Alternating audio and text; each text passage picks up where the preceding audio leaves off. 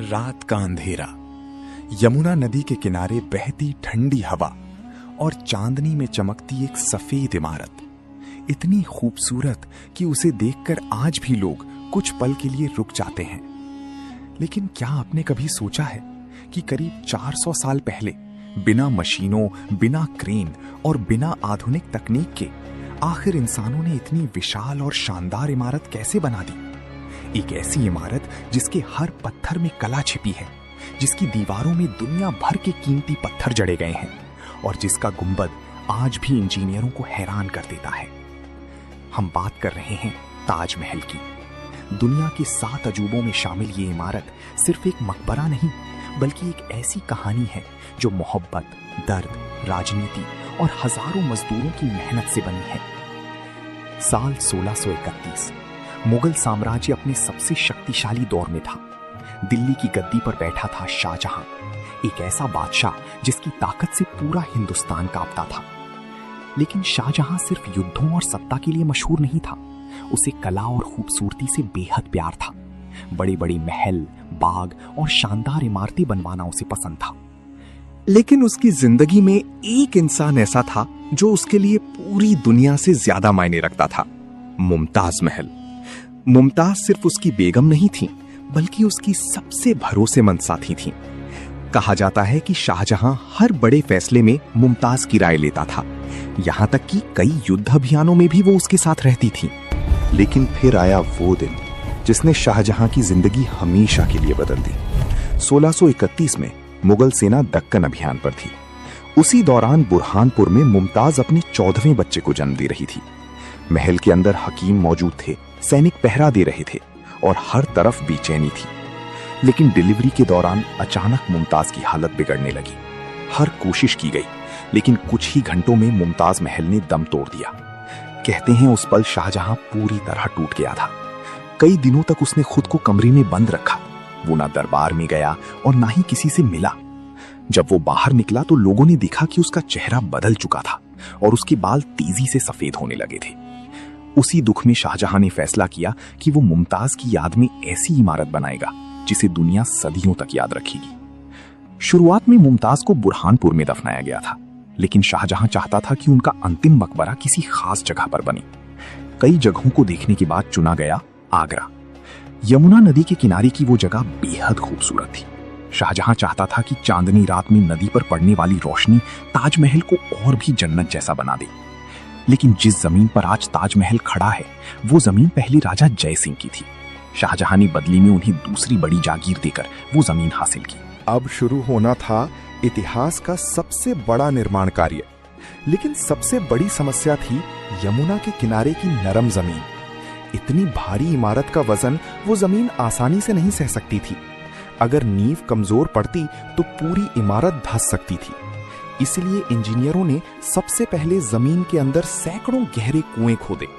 उन कुओं को पत्थरों और मजबूत लकड़ियों से भरा गया ताकि एक बेहद मजबूत बेस तैयार हो सके।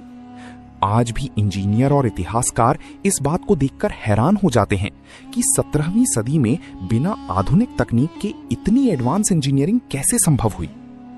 ताजमहल का डिजाइन तैयार करने का श्रेय आमतौर पर उस्ताद अहमद लाहौरी को दिया जाता है, लेकिन सच ये है कि ये सिर्फ एक इंसान का काम नहीं था। ये एक इंटरनेशनल प्रोजेक्ट था जिसमें भारत, फारस, तुर्की और मध्य एशिया से कलाकार और इंजीनियर बुलाए गए थे। लगभग 20,000 मजदूर दिन रात इस प्रोजेक्ट पर काम कर रहे थे। इनमें पत्थर तराशने वाले कलाकार, गुंबद बनाने वाली इंजीनियर, जड़ाई करने वाले कारीगर और कैलीग्राफी एक्सपर्ट शामिल थे। कहा जाता है कि करीब 1000 हाथियों का इस्तेमाल भारी पत्थरों और सामान को ढोने के लिए किया गया। कल्पना कीजिए, उस दौर में ना क्रेन थी, ना मशीनें, फिर भी दुनिया की सबसे शानदार इमारत बनाई जा रही थी। ताजमहल की सबसे बड़ी पहचान उसका सफेद संगमरमर है। ये संगमरमर राजस्थान के मकराना से लाया गया था। मकराना का मार्बल आज भी दुनिया के सबसे बेहतरीन मार्बल में गिना जाता है। लेकिन सिर्फ संगमरमर ही नहीं, बल्कि दुनिया के अलग अलग हिस्सों से कीमती पत्थर भी मंगवाए गए थे। चीन से क्रिस्टल, तिब्बत से फिरोजा, श्रीलंका से नीलम और अरब से अगेट पत्थर लाए गए। इन पत्थरों को संगमरमर में जड़ने की कला को पियत्रा ड्यूरा कहा जाता है।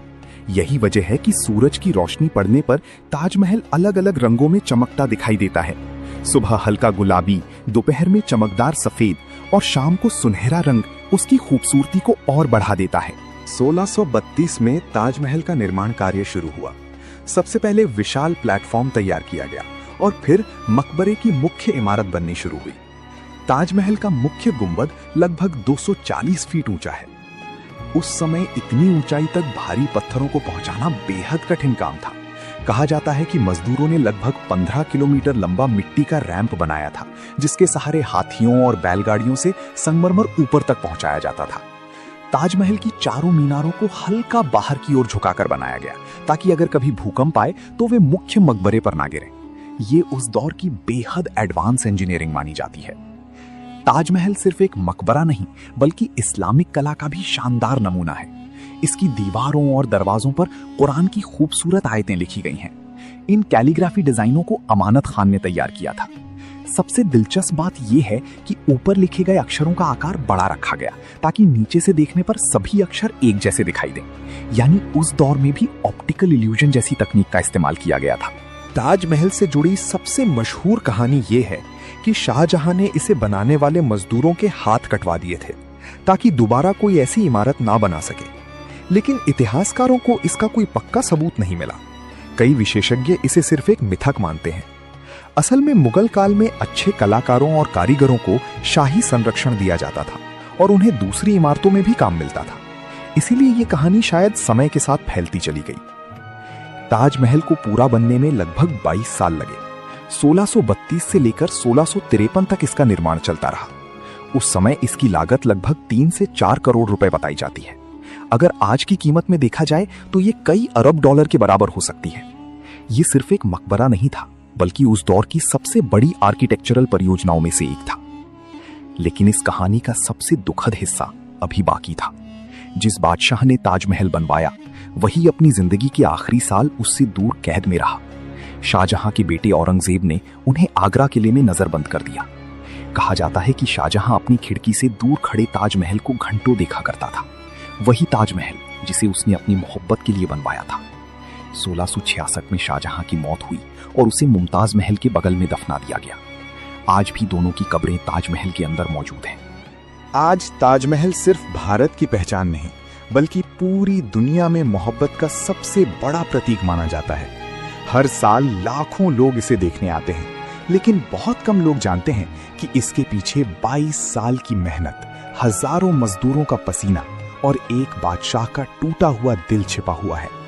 ताजमहल सिर्फ पत्थरों से बनी इमारत नहीं, बल्कि एक ऐसी कहानी है जो सदियों बाद भी लोगों को हैरान कर देती है। अगर आपको यह डॉक्यूमेंट्री पसंद आई हो तो वीडियो